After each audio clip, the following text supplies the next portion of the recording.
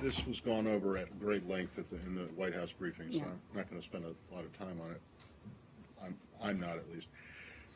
But on Syria and on Russia and on this proposal that's being brought, it's been clear for several years now, or at least more than 18 months, that the U.S. position has steadily, slowly, but steadily evolved, shifted, coming more in line with the Russian position, which has remained consistent since the very beginning of this conflict. And I'm just wondering why, if the kind of proposal that's being presented, or that has been presented, is being presented now, why couldn't it have been presented far earlier in this process, at least after December, when the Secretary went to Moscow and essentially aligned the U.S. position with that of the Russians vis-a-vis Assad? Is it wrong to think that had this proposal been made earlier, a lot of lives could have been saved?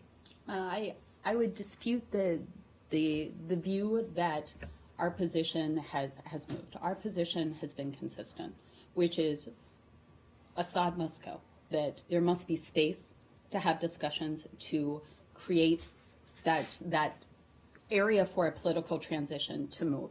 You know, I'm not going to comment on the details of documents, as the White House said, that haven't been approved or agreed to.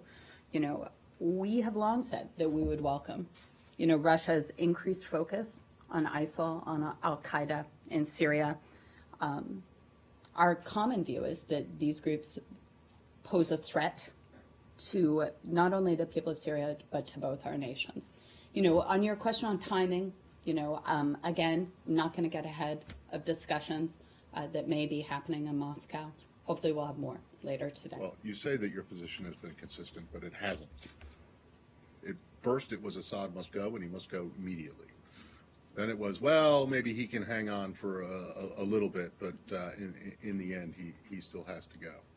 But that it's got to be up to the Syrian people to... Well, it's always got to be up to the Syrian people. Yeah, that but hasn't your changed. position on Assad definitely did change in terms of the timing of when he has to go. And now it appears to have changed to the point where you are prepared to accept or agree to you know, joint operations with the Russians, something that they proposed well over you know, a month or two ago. So it may not on that score it may not have changed just yet because it hasn't been agreed to, but you are now open to things that you weren't open to just several months ago on the military front. And I guess I don't understand why it's wrong for people who are critics of the policy, whatever it is, to point out that if you really think that this is going to salvage the ceasefire and lead to transition talks, or I think it has a chance to, why didn't you do it earlier? I mean, Okay. thousands of people have died in the interim. We are absolutely aware of that. You know, we have been consistent in calling not only for the cessation of hostilities to continue in Syria, but also to push Russia to exert its influence on the Syrian regime to make that possible. I'm going to unpack your statement, your questions a little bit. You know, first on the cooperation. You know, at present we are not conducting or coordinating military operations with Russia. It's not clear we'll reach an agreement to do that. In Moscow, the Secretary will discuss the importance of focusing Russian efforts on ISIL and al-Qaeda, while emphasizing the urgent need for Russia and the Syrian regime to meet their commitments. You know, that hasn't changed. We have been consistent all along on that. And we've also said that we're not going to commit indefinitely to diplomacy that doesn't achieve real results. You know, we cannot provide political cover for those seeking to pursue a different agenda. Russia has influence. It has shown it has influence. The Secretary is committed to creating the space for a political transition.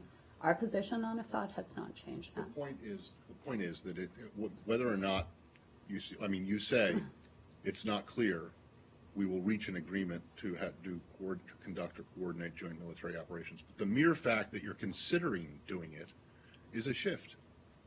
Yeah, I would dispute that. What? I would say how that can you possibly it dispute is. that? It has been the We have position of the always- administration that you would not board, that you would deconflict as soon as the Russians sent their planes and Yep. people in back in last September. The position up until now has been nothing other than just this deconfliction exercise.